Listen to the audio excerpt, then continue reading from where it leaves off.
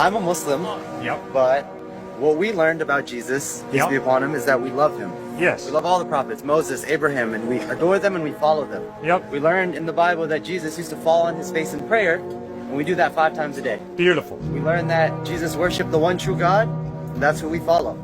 So my question is that as a Muslim who loves and adores and follows the teachings of Jesus, will I be punished or go to hell if I don't follow your idea of what Jesus was or what he taught according to Christianity? If Muhammad spoke the truth, I'm going to hell. Because I'm a blasphemer. I'm worshiping Jesus as God. So if Muhammad spoke the truth, I am going to hell. If Jesus spoke the truth, that he's God in human form who bled and died on a cross to forgive me and to give me eternal life, if Jesus spoke the truth, I'm going to heaven, because my faith is in him.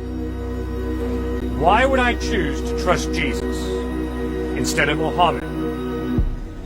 Because although I have a great deal of respect for Muhammad, I obviously respect the way Muhammad believed that Jesus was born of a virgin, lived a sinless life, ascended to heaven, is coming back a second time. I agree with all of that.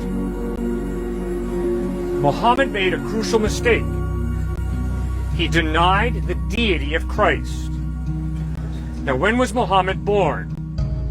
570 AD, which means he obviously never met Christ. Matthew, Mark, John, Peter, James met Christ, and they all insisted that Christ claimed to be God. Repeatedly in the Quran, it is stated Jesus is not God. He's a good prophet, but he's not God. Repeatedly in the New Testament, it's stated Jesus is God in human form. Now I have a decision to make. Who am I going to trust? A man who lived 500 years after the fact? Or people who lived during the life of Christ, met him and talked with him? Sir, when it comes to historical knowledge, that's a no-brainer for me.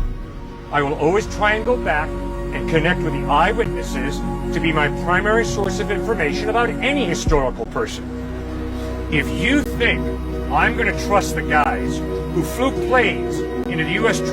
World Trade Center to be my primary source of information about Muhammad, you're nuts.